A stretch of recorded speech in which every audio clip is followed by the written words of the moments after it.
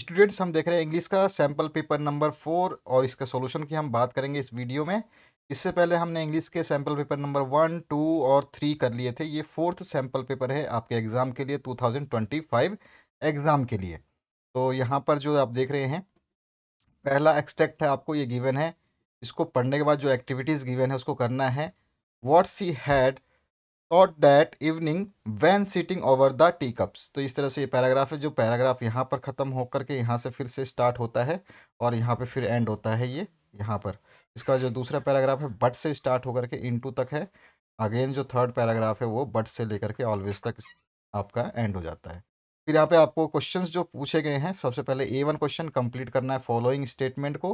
Paragraph से ही देख करके लिखना है। इसका आंसर मैंने यहाँ पे दिया हुआ है। According to Mabel fashion means. अब आपको पैराग्राफ में ये देखना है कि कट, स्टाइल एंड कोस्ट, ये सारे सारे जो पैराग्राफ में कहाँ पर हैं। इस तरह से आपका नेक्स्ट जो है, when मेबल was sitting over the T cups, तो यहाँ पर आपको she had thought that the could not be fashionable. तो ये सारा आपको मिल जाएगा। कंप्लीट द एक्टिविटी कर दिया है हमने। सेकंड क्वेश्चन जो इसी तरह से है, इसमें आपसे पूछा गया है, Mabel is thinking too much about her dress, pick out a sentence supporting the above statement. इसको आपको स्टेटमेंट को कंप्लीट करना है।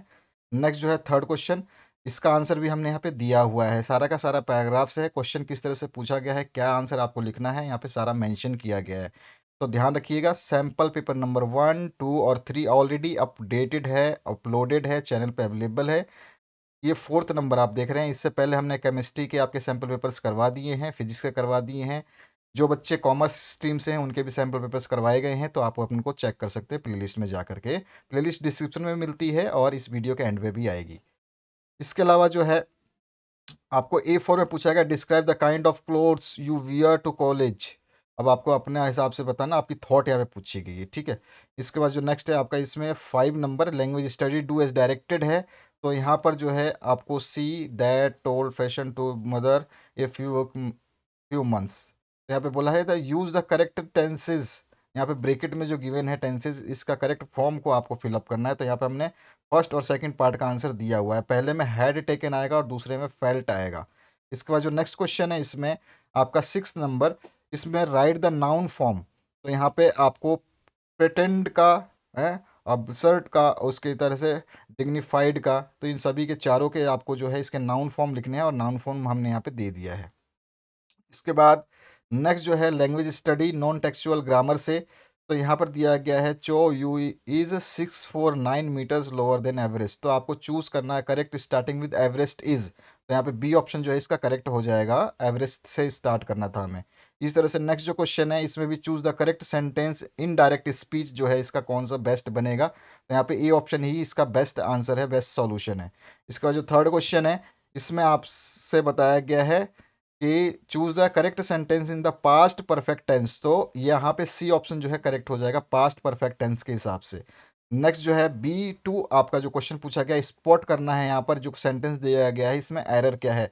If you search his room you found the clue.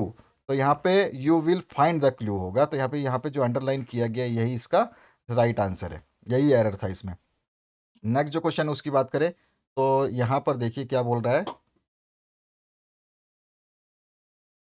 यहाँ पे आपको एक्सट्रैक्ट को रीड करना है और कंप्लीट करना है गिवन एक्टिविटीज़ को। 12 मार्क्स यहाँ से मिलेंगे आपको। क्वेश्चन नंबर 2 के ए पार्ट को पहले आपको पढ़ना है। तो यहाँ पे ये इस तरह से ये दिया गया है, urea is a major product of nitrogen metabolism in human, ठीक है। तो इस तरह से आपको दिया गया है। ये पहला पैराग्राफ है, इसके बाद ये छोटा सा दूसरा पैराग्राफ है, फिर इसके बाद थर्ड पैराग्राफ है, अगेन जो है इसका नेक्स्ट पैराग्राफ है। तो ये पूरा पैराग्राफ आपने पढ़ लिया होगा। तो अब आपके सामने यहाँ पे इसके कंप्लीट एक्टिविटीज़ करनी है। तो यहाँ पे दिया गया है, कंप्लीट द फॉलोइंग सेंटेंसेस, जैसा कि हमने फर्स्ट क्वेश्चन में किया था। तो मैंने यहाँ पे इसके आंसर्स को लिखा हुआ है, ठीक है। आप देख सकते हैं आंसर दिया हुआ है। इसी तरह से A2 जो है, इसमें आपको करेक्ट अल्टरनेटिव चूज करना है। Two objectives to conduct the research are. तो टू ऑब्जेक्टिव्स कौन कौन से इन चार ऑप्शंस में, तो फर्स्ट वाला और थर्ड वाला ऑप्शन सही है according to the paragraph. Question number third है, two benefits of the smartphone based optical biosensor. तो टू आपको ऑब्जेक्टिव्स बताने हैं, इसमें कोई ऑप्शन नहीं गिवन है। तो आपको यहाँ से पैराग्राफ से ही देख करके लिखने थे। तो दोनों के दोनों आंसर मैंने यहाँ पे लिखे हुए हैं, देख रहे हैं आप। इसके बाद जो है नेक्स्ट आपका A4 पार्ट पूछा गया है, research revolutionaries the life styles of people in all spheres of life, इसको जो है आपको थोड़ा सा बताना है कि एग्री है या नहीं एग्री है, ठीक है।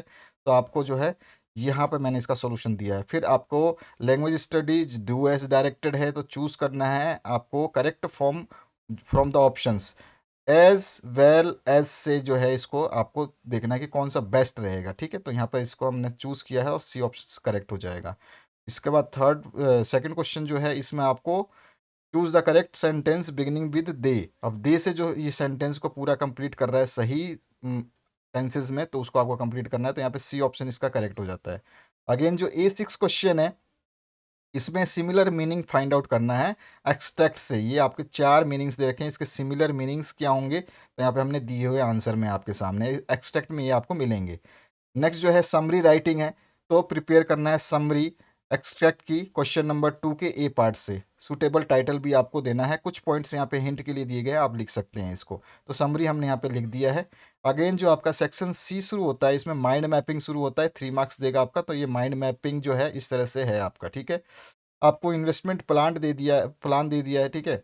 ये बोल रहा है prepare mind map of investment plan of saving using your ideas flow design and structure. तो अपने हिसाब से बनाना है, उसने कोई डायग्राम आपको नहीं दिया। आपको उसने बोला है कि इन्वेस्टमेंट प्लान आपको सेविंग का बनाना है। तो इन्वेस्टमेंट प्लान ऑफ सेविंग आप बता सकते हो। तो इसमें आपका बैंक डिपॉजिट है, रियल इस्टेट है, स्टॉक मार्केट है,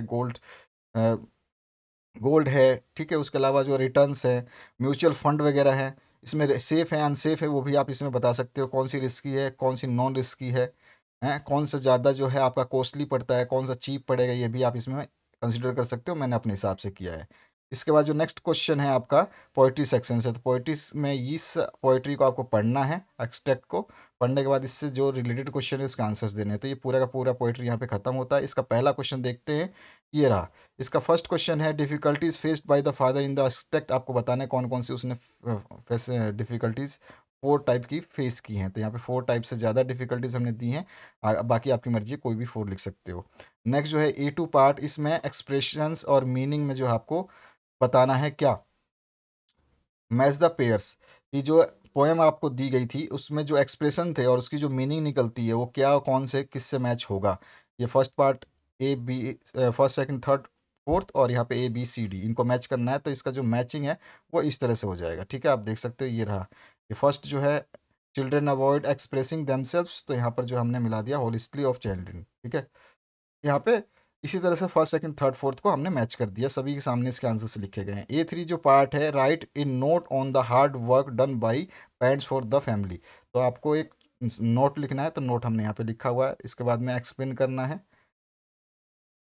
यहाँ पर, ठीक है। तो एलिट्रेशन तो हमने लिख दिया है, pick out the explain the line, sorry speech नहीं है, कहाँ पे बोला है, pick out and explain the line from the extract which express the figure of speech, sorry figure of speech जो आपको बतानी है, इसका मीनिंग क्या हो जाएगा, ठीक है, आपको बताना है।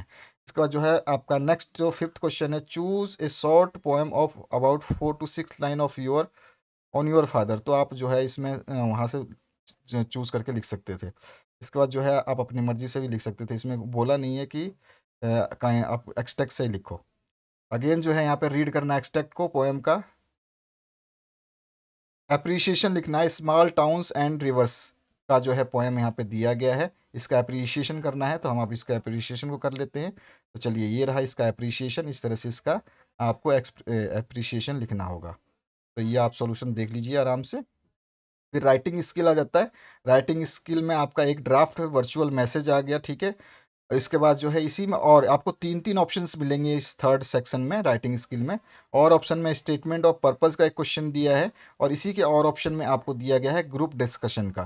तो आप तीनों में से कोई भी एक ही कर सकते हैं। तो जैसे कि आप यहाँ पर सीधा सीधा ये आपका पहला क्वेश्चन का आंसर हो गया जो कि आपसे पूछा गया था, वर्चुअल मैसेज आपको देना अपने फादर को। तो फादर का वर्चुअल मैसेज दिया है। इसी में और ऑप्शन में जो था उसका आपको जो है यहाँ पे सीधा सीधा दे दिया गया है स्टेटमेंट ऑफ पर्पस कैसे आप लिखोगे। तो स्टेटमेंट ऑफ पर्पस हमने लिख दिया, आप देख सकते हैं यहाँ पर। तो इस तरह से आप लिख सकते हो। आगे चलते हैं, इसके और पार्ट की बात कर लेंगे, और बाकी सारे क्वेश्चंस के सॉल्यूशंस इसी तरह मिलेंगे आपको। सारे के सारे PDF फॉर्म में हैं, व्हाट्सएप पे मिलेंगे आपको। व्हाट्सएप पे कैसे मिलेंगे वो मैं एंड में वीडियो के बता दूंगा आपको। इसके और पार्ट में जो है आपको GD था, ठीक है, ग्रुप डिस्कशन था, उसको करना था। तो ये है उसका GD। और इसको हमने इस तरह से करा हुआ है। फिर इसके बाद जो सेक्शन बी है, इसमें भी आपको 3 पार्ट मिलेंगे, कोई भी आपको मात्र 1 अटेम्प्ट करना है, ओनली 1 आपको करना है, यहाँ पे लिखा रहता है मोटे-मोटे अक्षरों में। तो या तो ईमेल राइटिंग कर दीजिए जो कि यहाँ पे दिया गया आपको, या फिर आप कर दीजिए रिपोर्ट राइटिंग, ठीक है, इस बेसिस पे, या फिर आप कर सकते हैं इंटरव्यू क्वेश्चंस इस बेसिस पे।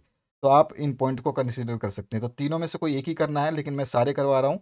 यहाँ पर जो है आप ईमेल लिखेंगे तो ईमेल कुछ इस तरह से हो जाएगा। फिर इसके बाद जो है आपका स्पीच रिपोर्ट राइटिंग जो वगैरह करना है वो आप यहाँ पे देख सकते हो, इस तरह से हमने कर दिया है, ठीक है। तो इस तरह से, और इसके बाद में जो इंटरव्यू क्वेश्चंस आपसे पूछे जाएंगे तो वो कुछ इस तरह से आप जो है बता सकते हैं, ठीक है। तो यहाँ पर मैंने अपने हिसाब से लिखा है, बाकी आप चेंजेस करना चाहें तो आप चेंजेस कर सकते हैं। इसके बाद जो है सेक्शन सी आपका शुरू होता है इसमें। तो इसमें अटेम्प्ट एनीवन, इसमें भी आपको 3 ही ऑप्शन मिलेंगे, हर क्वेश्चन 4-4 मार्क्स का मिलेगा आपको, ठीक है।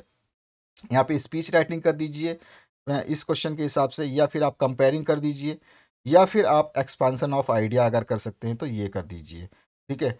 अब यहाँ पर तीनों में से मैंने तीनों का कर दिए हैं। सबसे पहले तो आपका ये रहा, ठीक है। तो ये हो गया आपका स्पीच राइटिंग, स्पीच राइटिंग है। और इसी के और पार्ट में जो है हमें करना था कंपेयरिंग, है ना। यस, कंपेयरिंग और फिर एक्सपांसन आइडिया।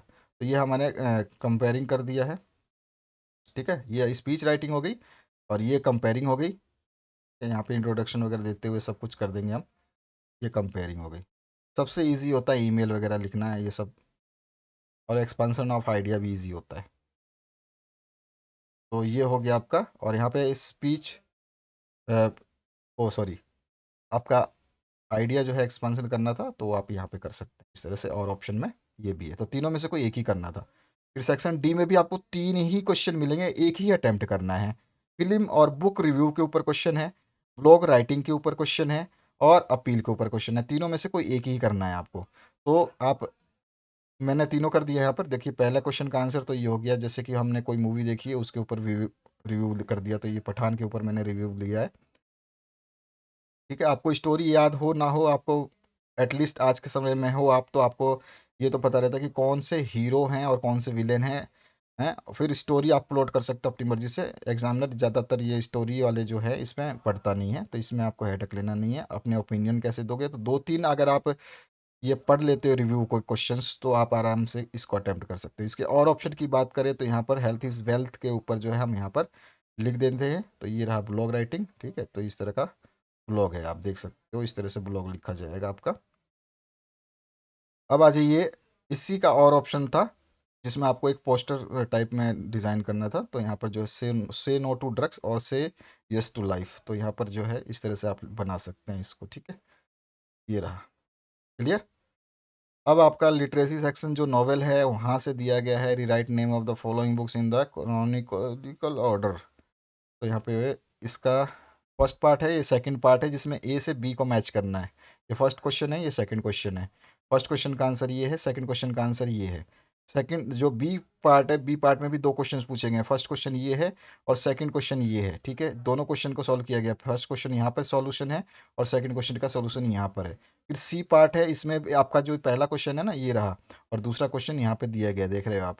फर्स्ट क्वेश्चन है ये और ये सेकंड क्वेश्चन है। इसको आपको करेक्ट सीक्वेंस में अरेंज करना है। तो ये रहा इसका सीक्वेंस अरेंजमेंट और ये रहा दूसरे का आंसर।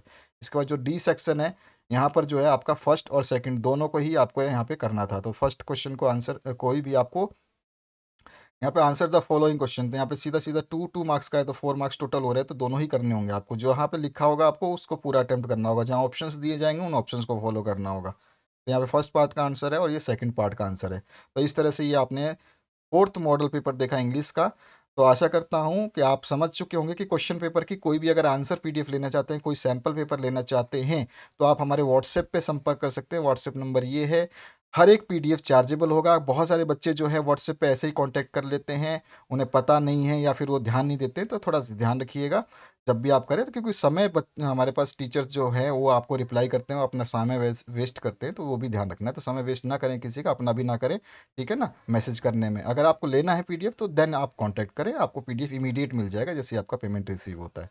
तो ये है सारा का सारा प्रोसीजर यहाँ पे लिखा गया है।